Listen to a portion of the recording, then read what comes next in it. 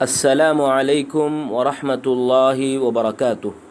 محترم ناظرین، آئیے آج کے اس ویڈیو میں ہم شیخ مقبل بن ہادی الوداعی کی زندگی مختصر طور پر معلوم کرتے ہیں۔ علامہ، محدث، مجاہد، جو یمن میں مجدد دعوت سلفیہ ہیں، جن کو علمی دنیا میں مقبل بن ہادی الوداعی رحمہ اللہ کے نام سے لوگ جانتے ہیں۔ آپ کا مکمل نام مقبل بن ہادی بن مقبل بن قائدہ الحمدانی الوداعی، جو آل راشد کے قبیلے سے ہیں۔ چونکہ آپ یمن کے ہیں تو آپ نے اپنی ابتدائی تعلیم کا آغاز یمن سے ہی کیا، پھر معہد حرم مکی کی طرف متوجہ ہوئے۔ وہاں سے سیراب ہونے کے بعد آپ نے جامعہ اسلامیہ کا رخ کیا۔ وہاں کلیہ اصول الدین میں باقاعدہ اور کلیہ شریعہ میں انتصابی طور پر پڑھتے رہے، یعنی اصل کلیہ اصول الدین کے طالب علم تھے، موقع بموقع کلیہ شریعہ سے بھی مستفید ہوتے رہے الحمدللہ۔ اور وہیں سے آپ نے شہادہ العالمیہ الماجسٹر بھی حاصل کیا، پھر کتب سنہ، تفسیر اور کتب رجال کی طرف بھی متوجہ ہوئے اور ان فنون کو بھی خوب پڑھا جس کا اثر آپ کی کتابوں میں ہم دیکھ سکتے ہیں۔ آپ باطل پر تیز ترار تلوار کے مانند تھے، یعنی روافض، شیعہ، صوفی اور دیگر جماعت منحرفہ جو بھی تھیں، ان کے مقابلے میں آپ ایک تیز ترار تلوار کے مانند تھے۔ آپ نے یمن میں بہت ہی احسن طریقے سے سلفی دعوت کو انجام دیا اور ایک علمی سلفی مدرسہ بھی قائم کیا دماج نامی گاؤں میں، اور اس کا نام دارالحدیث رکھا، جس کی طرف طلاب علم کا ٹھاٹے مارتا ہوا سمندر یمن کے کونے کونے سے، بلکہ یمن کے علاوہ دوسرے علاقوں سے بھی، حتیٰ کہ یورپ اور امریکہ سے بھی طلاب علم اپنی علمی تشنگی کو بجھانے کے لیے وہاں پر آتے ہیں۔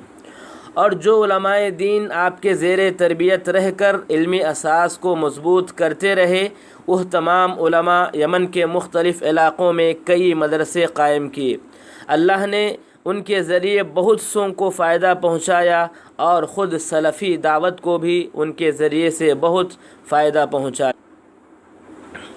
اور ان علماء کے مدارس ممتاز سلفی مدارس کہلائے، اور ان مدارس میں پڑھنے والے طلباء بھی ممتاز مربین و معلمین کہلائے الحمدللہ۔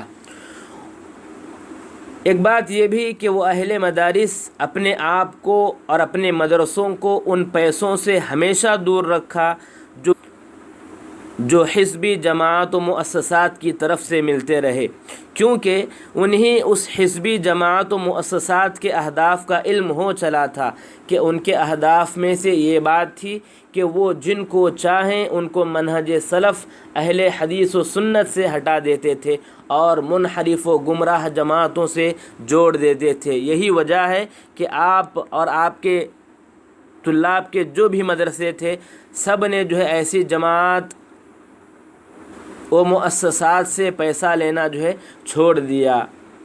آپ کے چند اساتذہ کے نام آئیے معلوم کرتے ہیں۔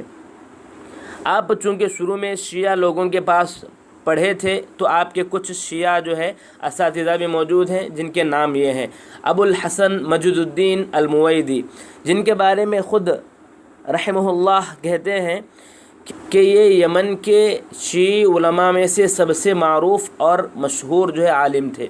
اسی طرح اسماعیل بن حطبہ، محمد بن حسن المتمیز، قاسم بن یحییٰ شویل۔ اب آئیے آپ کے اساتذہ میں سے چند ایسے نام بھی معلوم کرتے ہیں جو مشہور و معروف سلفی علماء تھے۔ نمبر 1، علامہ ناصر الدین الالبانی رحمہ اللہ۔ آپ باقاعدہ تلمیذ تو نہ رہے، لیکن جامعہ اسلامیہ میں جب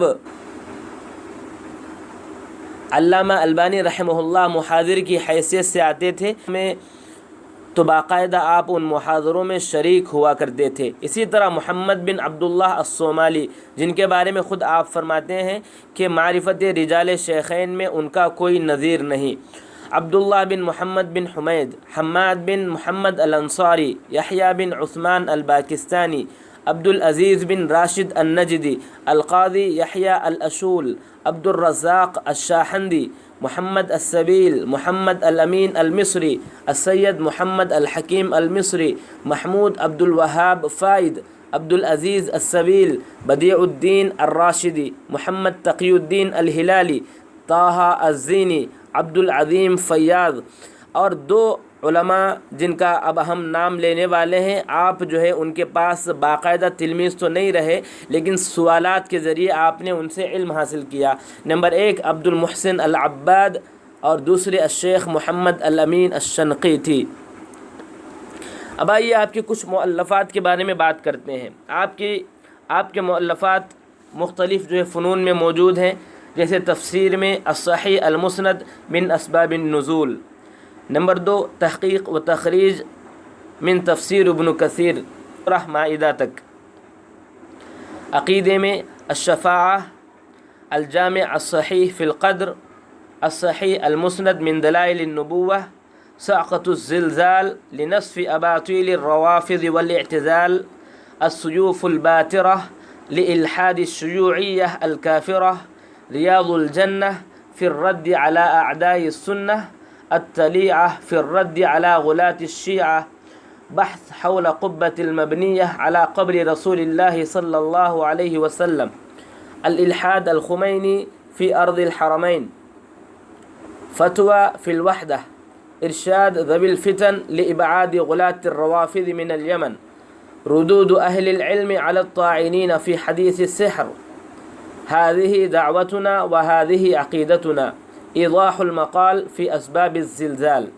اب آئیے آپ کی چند کتابیں جو حدیث اور مصطلح حدیث میں ہیں ان کو معلوم کرتے ہیں۔ الجامع الصحیح مما لیس فی الصحیحین، تتبع اوہام الحاکم فی المستدرک التي لم ينبه علیها الذهبی رحمہ اللہ، تحقیق ودراست الالزامات والتتبع للدارقطنی، تراجم رجال الحاکم الذی لیسوا من رجال تہذیب التہذیب۔ سبحان اللہ، یہ کتاب بہت ہی مفید ہو سکتی ہے تخریج کے فن میں، کیونکہ تہذیب التہذیب میں جو لوگ حاکم رحمہ اللہ کے جو مشائخ نہیں ہیں ان کے تراجم کو انہوں نے جمع کیا، اور ایسے لوگوں کے تراجم کو ڈھونڈنے میں جو بہت پریشانی ہوتی ہے، تو ایسی کتابیں واقعی میں جو لوگ تخریج حدیث میں ہمیشہ مشغول رہتے ہیں ان کے لیے بڑی زبردست جو ہے یہ کتاب ہے جس کی طرف یہ اشارہ کر رہے ہیں۔ اسی طرح ایک اور کتاب یہ بھی کہ تراجم الرجال الدارقطنی لیسوا فی تہذیب التہذیب ولا رجال الحاکم۔ سبحان اللہ، یہ بھی زبردست کتاب ہے۔ اس کے بعد نشر الصحیفہ فی ذکر الصحیح من اقوال ائمۃ الجرح والتعدیل فی ابی حنیفہ، المقترح فی اجوبۃ اسئلۃ المصطلح۔ اب آئیے آپ کی چند کتابیں فقہ السنہ میں معلوم کرتے ہیں۔ الجمع بین الصلاتین فی السفر، شرعیۃ الصلاۃ فی النعال، تحفۃ الشباب الربانی فی الرد علی الامام محمد بن علی الشوکانی فی شأن الاستمناء، اسی طرح تحریم الخضاب بالسواد، اور آپ کی چند ایسی کتابیں جو مختلف جو ہے موضوعات پر ہیں، آئیے معلوم کرتے ہیں۔ غارۃ الاشرطہ علی اہل الجہل والفسطہ، قمع المعاند وزجر الحاقد الحاسد، تحفۃ المجیب علی اسئلۃ الحاضر والغریب، اجابۃ السائل علی اہم المسائل،